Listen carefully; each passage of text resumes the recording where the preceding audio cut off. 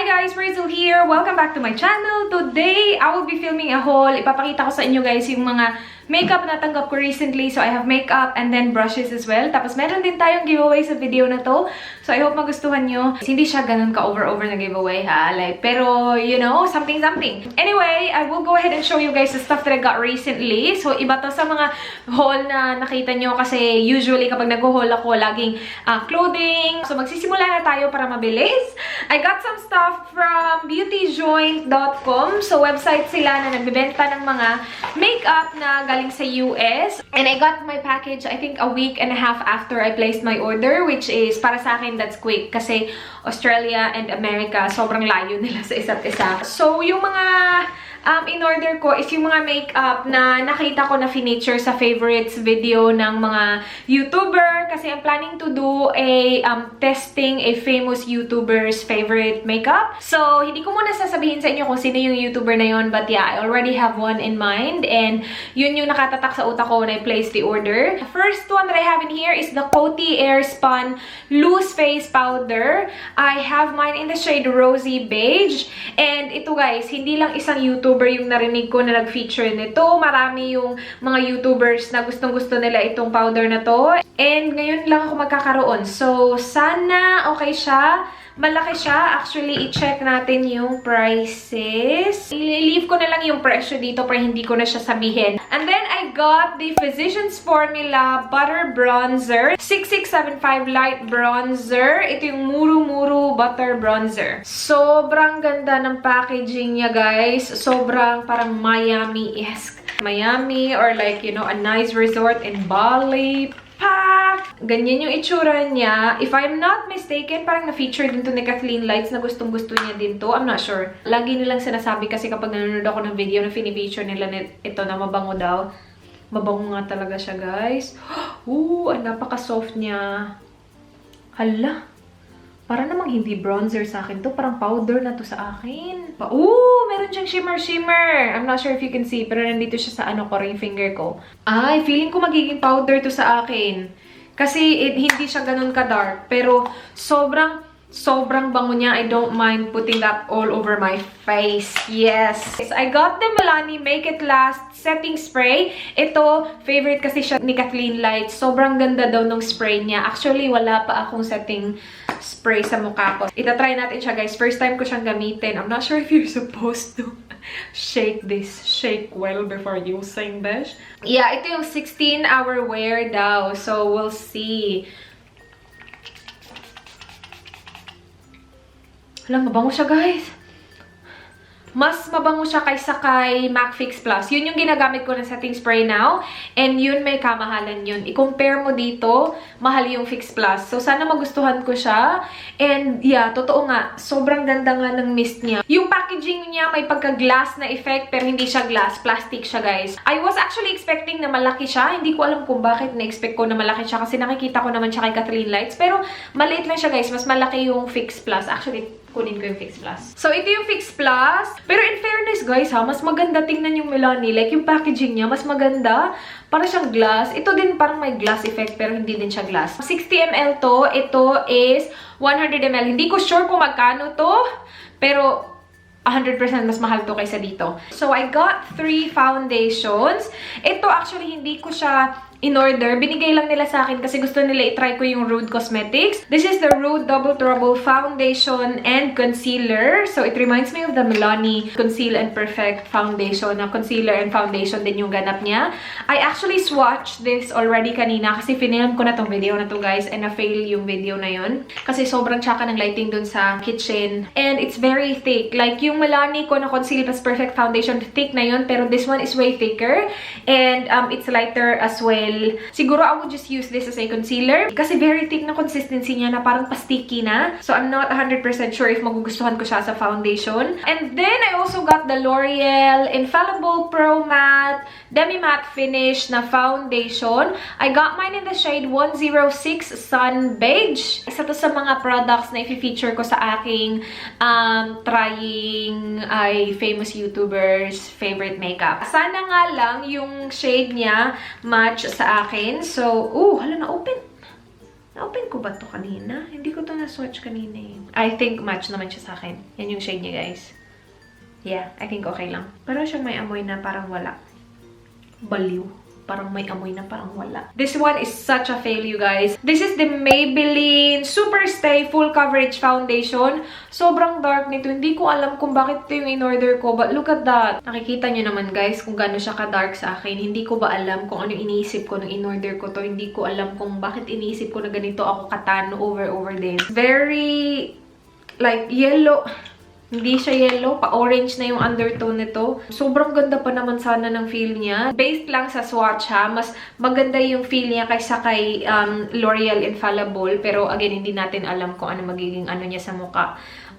Yeah, see? Maganda sana yung coverage. Basta maganda siya tingnan. Kaya lang, it's way too dark. Way too dark. Anyway, yun. Meron tayong fail ng foundation. And then I also got the Wet n Wild Photo Focus Concealer. Nagamit ko na yung Wet n Wild na foundation. Once ko pa lang siya actually nagamit. Gagamitin ko yun ulit para alam ko talaga kung ano yung thoughts ko about that. Pero it wasn't bad nung first time na ginamit ko siya. This is actually what I have on my under eyes and on some parts of my face. So, naglagay lang ako dito sa under eyes ko, tapos konti dito, tapos konti sa nose, and then isang line dyan, tapos mga 3 lines dito sa chin ko. Ito lang. Wala akong foundation, tapos nag-powder lang ako over it. And so far, okay naman siya. Hindi siya like over full coverage. Pero hindi na siya masama ha. In fairness sa setting spray. Maganda siya, guys. Nagbigay siya ng glow sa aking mukha. It's been on my face for maybe like 20-30 minutes lang naman. So, hindi pa natin alam kung mag-crease siya. As of now, it looks really nice. It looks very natural na concealer under my eyes. I-update ko kayo, guys, sa vlog ko kung as in over, okay talaga siya. And then, the next one that I got is the NYX Eyebrow Cake Powder. Kasi I have been loving my Make Brow na eyebrow powder. And yun lang yung mag-isang eyebrow powder ko before this one. So, when I placed my order, naghanap talaga ako ng eyebrow powder. Kasi baka maubos na yun kasi lagi ko na siyang ginagamit talaga, guys. And this is what I have on my eyebrows as well. So, ito is the wax. And then, yan yung, obviously, yung powder. Ito yung nasa eyebrows ko, itong dark. And I like it. Madali lang siya i-blend. Yung gamit ko na brush is yung, hindi ito yung totoong Suiva. Yung ano siya, knock-off na Suiva na nabili ko sa Romy. Pero, yeah, ganyan yung brush na gusto kong gamitin kapag eyebrow powder yung ginagamit ko. Hindi ko ginamit yung wax, yung powder lang talaga. And I like it. Gusto ko yung brows ko. Mumurahin lang din to. Hindi din siya kagaya ng ibang powder na ang mamahal, besh. This is the Waterproof Concealer. And this reminds me of the LA Girl ba yun? Ay! Parang ganun nga siya. Kasi ganun din yung ano niya, applicator niya. Ah! Oh my gosh, na-shock naman ako doon. Nakita ko siya, nagmanon talaga siya, oh. Ah! Wait, saan ko na ito isa-swatch? Dito. Okay lang naman tong shade na to. Kasi mas prefer ko din na lighter yung concealer shade ko kasi nilalagay ko siya under my eyes. Yeah! Mas thick yung foundation kaysa sa concealer. Bakit kaya ganun? Yung coverage niya maganda. Okay. Yung last na Rude Cosmetics na meron tayo, guys, is Makeup Eraser.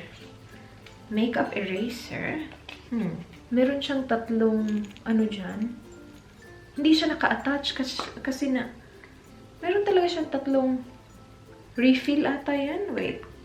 I don't understand. Rude Surgically Precise Makeup Eraser.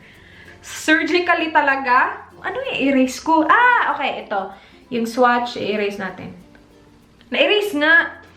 Hindi ko alam kung makikita nyo, pero see? Na-erase nga siya. Okay. Yung tip niya, parang pentel pen na merong basa ng konti, if that makes sense. Tapos meron pa siyang 3 refill dyan. Okay. Tapos yung packaging niya din, very nice. Like, meron talaga siyang tunog, oh. I like it. Very secure niyang pakinggan. And then I ordered 2 lipsticks from Beauty Joint as well. And they're both from Wet n Wild. Kasi gusto ko yung liquid catsuit na lipstick ko. I think that one is like the shade Mocha. Something mocha. Kasi mura lang tong mga lipstick na to, guys. Tapos, okay siya sa lips ko. At least yung shade na yun na try ko, okay siya. So, may 2 tayong shades. Rebel Rose ang shade na to. Goth Topic. Ganyan. Very dark siya tingnan. I-swatch natin para makita nyo. Ito yung applicator na as in gustong-gusto ko, guys. So, yan yung Goth Topic and then yan yung Rebel Rose. Nice! Hindi lang makeup meron sila ha. Meron din silang mga skincare. So, I got the Centellia. Centellia ba to? Water Alcohol-Free Toner. Ganyan yung itsura niya, guys. This is from COSRX. I got this kasi gustong-gusto ko yung Mario Badescu ko na spray, yung face spray. Ginagamit ko siya as toner kahit na hindi naman siya like specifically toner. Gustong-gusto ko siya, guys, kasi sobrang dali lang niya. Spray mo lang siya sa mukha. Hindi mo na kailangan ng cotton pad, tapos, you know, rub sa face mo. As in, sobrang time saver talaga siya, guys. Kaya gustong-gusto ko siya. I just hope na magustuhan ko tong toner na to. Sabi dito, it replenishes lost moisture to refresh skin and prepare it for treatment. Anong treatment?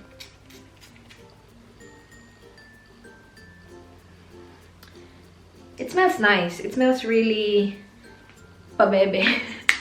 Meron siyang, hindi ko alam kung yung butter bronzer siya.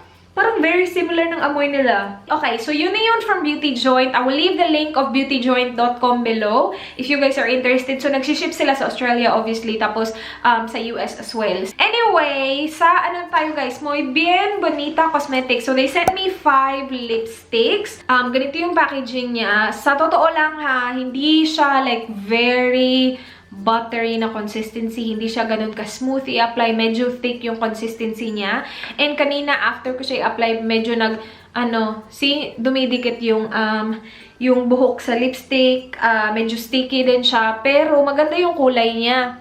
Ito yung shade na Cinnamon Blush. Ganito yung kulay niya sa packaging. And then, I have 4 more shades. Itong isa, wala siyang shade sa ito, oh. Ito meron. Cognac, Cherry. Oh, ito, iba yung consistency niya sa isa. Ito, very smooth niya ilagay. Plumberry. Come on. Ito, meron siyang, pangalan. Whoa! That is dark. Pero that's very pigmented, ha? That is Plumberry. Ito, walang pangalan. Pero this one is the Mauve Pink. Ito, medyo may pagka-thick siya ng konti. Parang yung nasa lips ko lang. But that shade looks really nice. Dalawang swipe yan, guys. And very pigmented niya. I-swatch ko sa inyo yung Cinnamon Blush, ha? And tingnan natin kung anong feeling niya sa kamay. Yeah, this one is really thick talaga, guys. I'm not sure if you can tell kapag pinakita ko lang. Basta hindi siya ganun ka-smooth kaysa sa iba. Very thick talaga niya.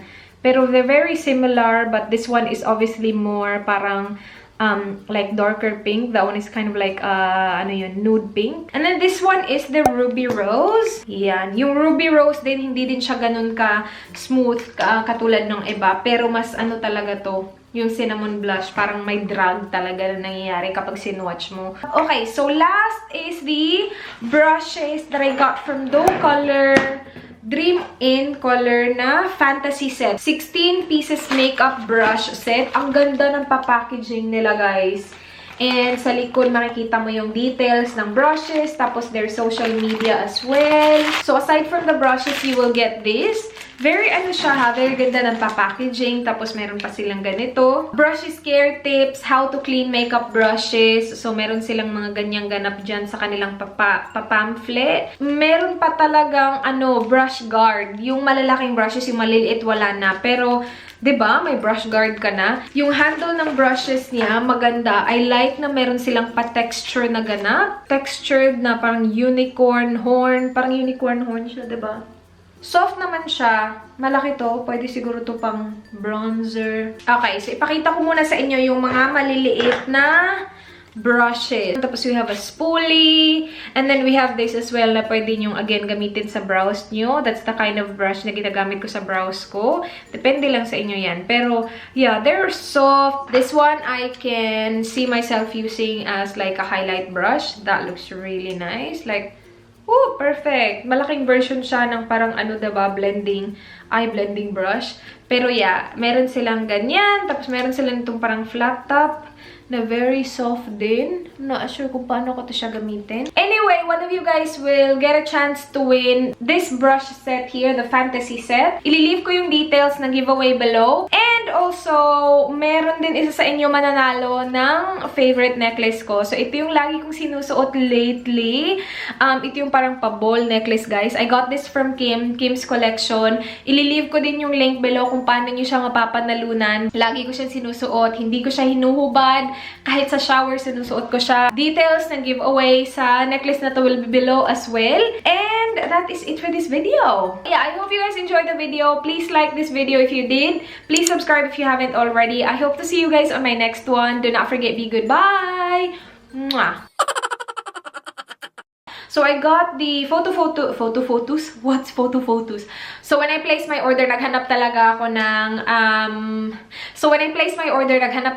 ng, open ka naman. Ay, cooperate ka. May lakad pa ako.